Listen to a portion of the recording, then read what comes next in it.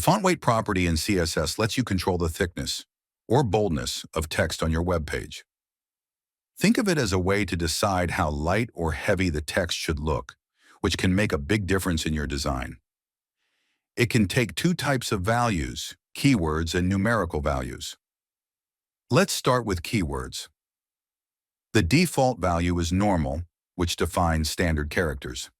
If you want thicker text, you can use bold.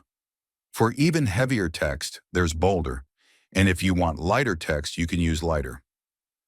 On the other hand, numerical values give you more control. They range from 100 to 900. For example, 100 gives you thin, hairline text that's very light. Moving up the scale, 200 is extra light, 300 is light, 400 is the standard normal weight. At 500, the text becomes medium. 600 is semi-bold, and 700 corresponds to bold.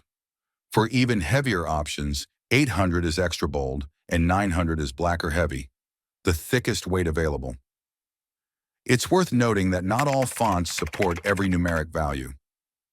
Some fonts might only recognize normal and bold. If you specify a weight unsupported by the font, the browser will automatically choose the closest available weight. Let us check out this practical example.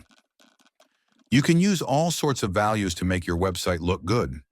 Whether it's for text, headings, or other design elements, font weight helps you add variety and emphasis to your styles.